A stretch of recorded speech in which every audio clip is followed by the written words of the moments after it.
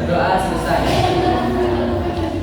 Jadi dalam sesi konseling kelompok kali ini saya ingin terlebih dahulu bertanya kepada kalian semua. Sebenarnya kalian sudah tahu belum sih tentang konseling kelompok? Belum.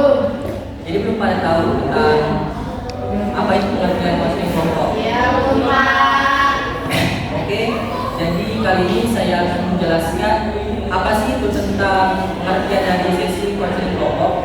Konseling kelompok itu merupakan suatu layanan TK, yaitu memberikan bantuan dalam mengentaskan masalah atau menyelesaikan permasalahan yang dialami oleh seseorang, baik pribadi, sosial, maupun kelompok. Apakah dapat dipahami? Ya, Pak.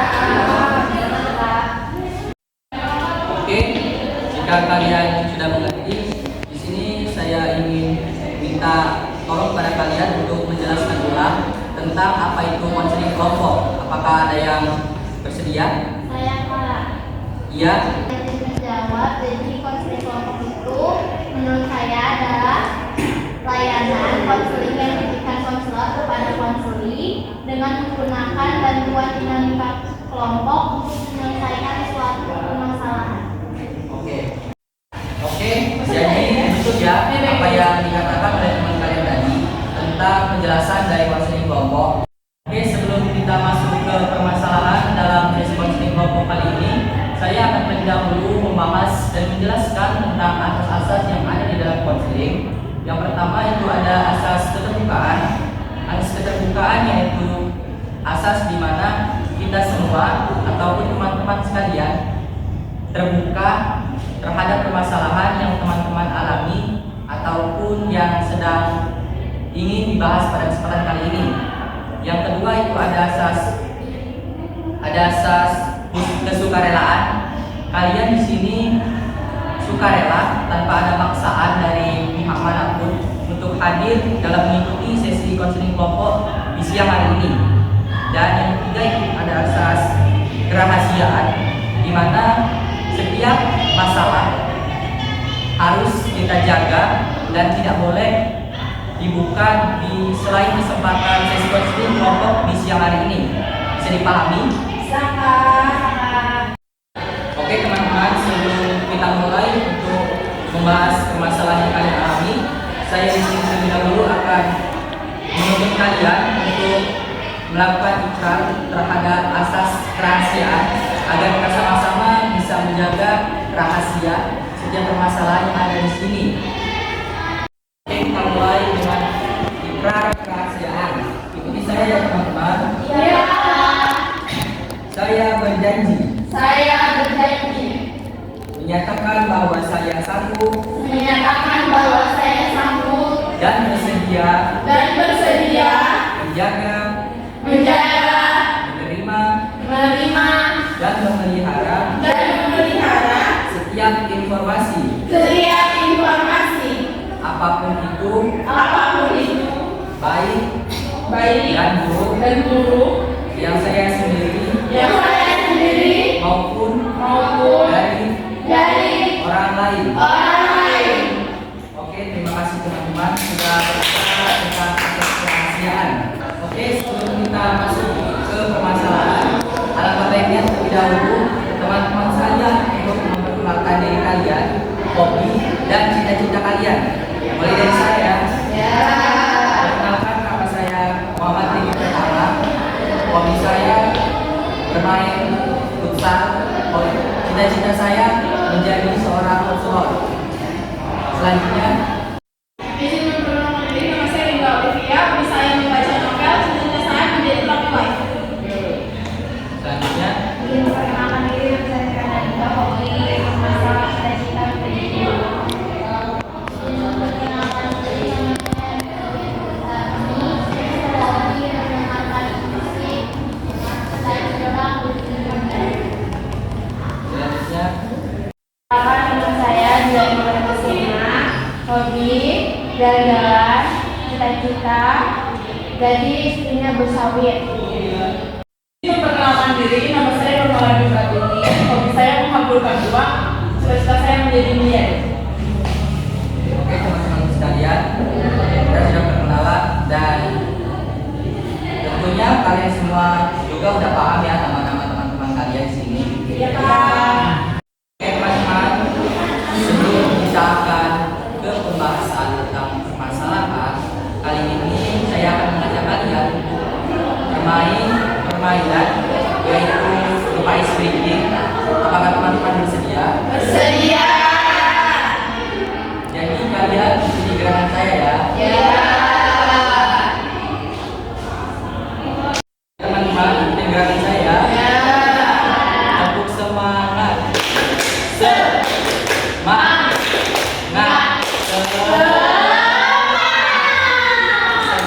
Tepuk semangat. Semangat.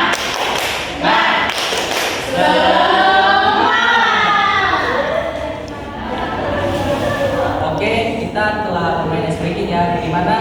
Apakah kalian sudah relax? Sudah. Oke teman-teman, setelah kita melakukan speaking tadi, bagaimana perasaan kalian? Apakah sudah relax dan tenang? Sudah. Oke, kali ini kita akan memasuki pembahasan tentang permasalahan yang akan kalian sampaikan untuk kita selesaikan kesempatan sesi konseling kelompok di siang hari ini. Oke, saya akan bertanya terlebih dahulu dari saudara saya, saudara Rika, tentang permasalahan yang Anda alami selama ini. Silakan. Jadi permasalahan saya itu saya dijauhi oleh teman-teman saya di kampus, Pak. Sudah. Selanjutnya, Permasalahan saya sulit tidur. selanjutnya, Kesulitan makan, Kak. selanjutnya, Kalau saya suka menjaga. selanjutnya. Kalau permasalahan saya tidak bisa mengatur keuangan, boros. Jadi bisa disimpulkan permasalahan kalian ini berbeda-beda ya. Ada yang dari kampus, ada yang permasalahan pribadi maupun permasalahan hidup, dan ada juga dari permasalahan tentang contek. Jadi menurut teman-teman sekalian, permasalahan yang mana yang akan kita angkat dan kita ambil di kesempatan kali ini, karena berhubung waktu yang diberikan pada sesi konseling kelompok itu berkisar antara 30 menit sampai dengan 40 menit. Jadi di sini saya akan mengambil satu permasalahan untuk diselesaikan dan dibahas pada kesempatan kali ini. Apakah ada saran?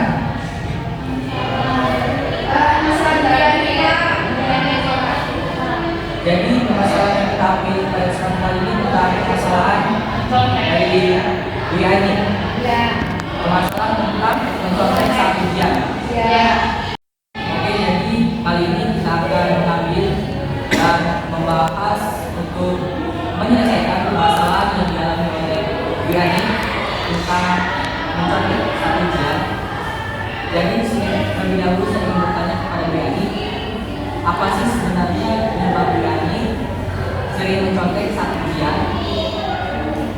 Karena saya malas belajar, Pak. Menjadi malas belajar. Ya, jadi Apakah ada faktor lain yang mengalami? kayak yang nggak semangat gitu kalau belajar. Jadi permasalahannya karena tidak semangat dalam belajar dan malas dalam belajar. Iya. Oke teman-teman teman-teman di sini, apakah teman-teman sekalian memiliki solusi atau saran buat Diani agar dia bisa mengatasi permasalahan mencontek saat ujian? Silakan. Silakan. Untuk Diani, kalau kamu kurang penyebab kamu menyontek, mungkin kamu bisa membuat tulis dalam diri kamu, jadi sehingga biar kamu gak malas dari waktu jam tertentu kamu simpan hal ini, jam ini dan ada waktu misalkan untuk waktu belajar, dan kamu harus melihat motivasi seperti melihat YouTube, motivasi belajar, Apakah ada lagi? Silakan. saran dari saya sebaiknya kan itu masalah Diani mencontek sama belajar kan. Saran dari saya sebaiknya Diani cari circle pertemanan yang bikin dia itu termotivasi buat belajar. Jadi kalau pertemanannya positif kan pasti nanti Diani bisa terbawa juga. Oke. Jadi mau belajar dan akhirnya nggak Oke, apakah ada lagi yang akan memberikan saran? cukup. Jadi dari saran yang telah diberikan oleh Dinda dan Miranda tadi terhadap Diani itu sudah bagus ya, sudah baik untuk Diani. Oke Diani, apakah Anda dapat mengerti dan paham tentang saran yang telah diberikan oleh teman Anda tadi? Dapat Kak, saya pahami dan saya terima. Bagaimana? Apakah Anda bisa menjelaskan kembali? Bisa. Kalau dari Dinda, saya harus membuat tulis biar waktu saya terjaga. Terus kalau dari Dinda, saya harus mencari hasil circle yang positif. Sebenarnya apa sih tujuan Diani datang ke sesi konseling kelompok ini? Biar saya nggak suka kan. Ya betul.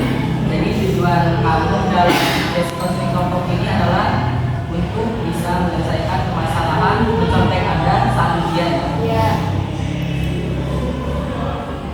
Jadi saya di sini sedikit memberikan suatu saran ataupun cara untuk mengatasi permasalahan yang menghadapi, yaitu tukang mencontek saat ujian.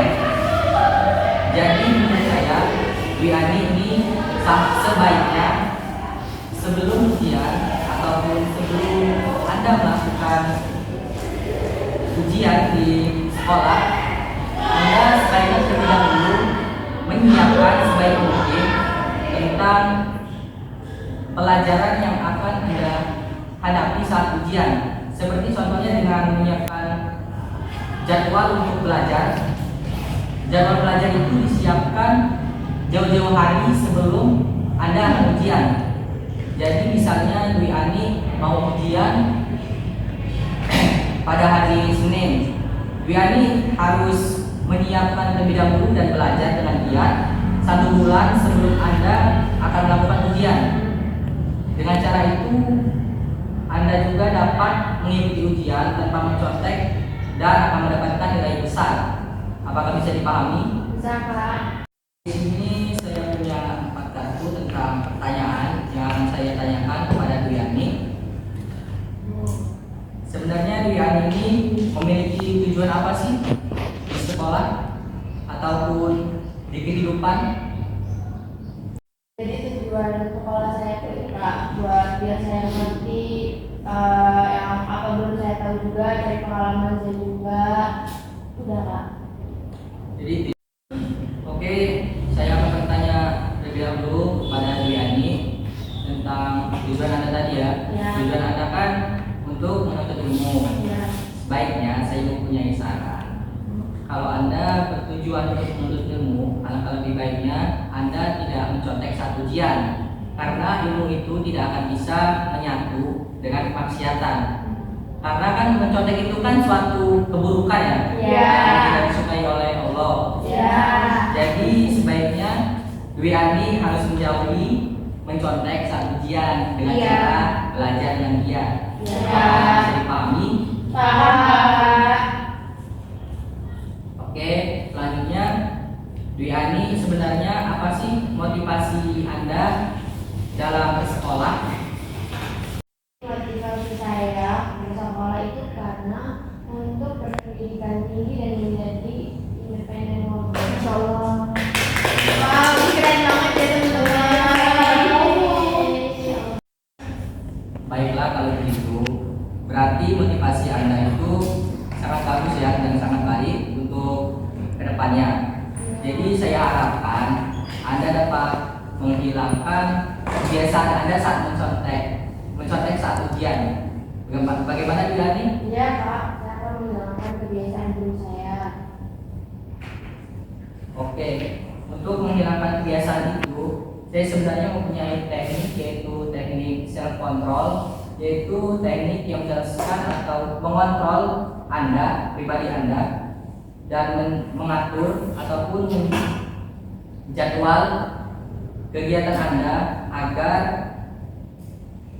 aktivitas yang buruk yang telah Anda lakukan itu dapat dihilangkan. Misalnya tadi kan kebiasaan Anda itu mencontek saat ujian. Nah, dengan teknik self control, dengan cara belajar dengan giat dan mengatur jadwal untuk belajar sebelum ujian tadi dapat dilakukan dan dilaksanakan agar aktivitas mencontek Anda saat ujian itu dapat dihilangkan. Bagaimana Gani?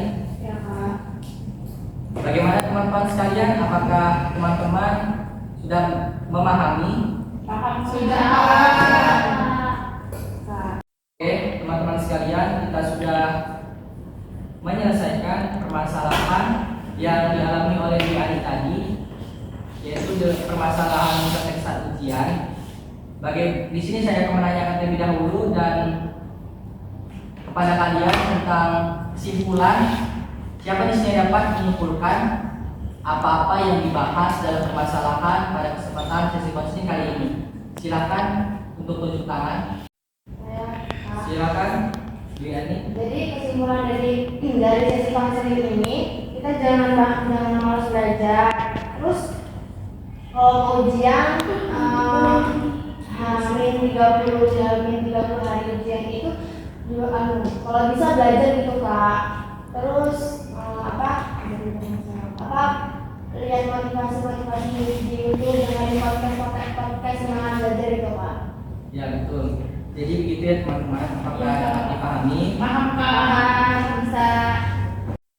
Oke, setelah mendengarkan kesimpulan yang dijelaskan oleh Gani tadi, apakah kalian memahami? Paham Kak. Alhamdulillah, kalau kalian semua paham tentang cara menyelesaikan permasalahan yang dialami oleh Gani tadi ya. Jadi di sini saya ingin menanyakan, bagaimana sih perasaan kalian setelah mengikuti sesi konseling kelompok di siang hari ini, mulai dari Dinda? Perasaan saya setelah mengikuti sesi konseling kelompok kali ini menjadi lebih happy karena bisa sharing permasalahan dengan teman-teman yang lain. Selanjutnya? Sama apa ya Bunda? Selanjutnya? Kalau saya lebih bisa termotivasi untuk melakukan hal yang lebih baik lagi ke depannya Kak. Oke, baik. Selanjutnya? Merasa lebih tenang Kak dan termotivasi. Oke, baik. Selanjutnya? Merasa jauh lebih baik dari sebelumnya karena mendengar dari pendapat dari teman-teman yang lain. Oke. Setelah Dwi Ani menjelaskan tentang kesimpulan tadi dan kalian semua juga telah mengutarakan perasaan kalian di sesi konseling kelompok pada kali ini, bahwasanya kalian sangat senang dan berbahagia bisa hadir di sesi konseling kelompok kali ini. Terakhir sebelum saya tutup sesi konseling ini, berhubung juga waktu sudah 30 menit, saya akan menanyakan kepada kalian tentang rencana kalian ke depannya itu bagaimana sih? Dimulai dari siapa Kak? Dimulai dari Dinda. Rencana saya ke depannya setelah mengikuti konseling ini adalah I will become a better person. Kalau saya lebih giat belajar supaya bisa kemudian. Oke, selanjutnya Saya lebih rajin lagi dalam melakukan semua hal. selanjutnya Saya lebih materi sebelumnya sih Kak. Alhamdulillah. Selanjutnya, Selanjutnya saya akan jauh lebih baik lagi. Iya. oke. Berhubung waktu telah habis dan telah selesai selama 30 menit pada sesi konseling kelompok kali ini, langsung saja saya tutup. Sebelumnya saya minta maaf apabila ada salah kata ataupun salah ucapan yang menyinggung perasaan kalian. Saya mohon maaf kepada kalian dan kepada Allah Subhanahu wa taala. Saya akhiri. Wassalamualaikum warahmatullahi wabarakatuh.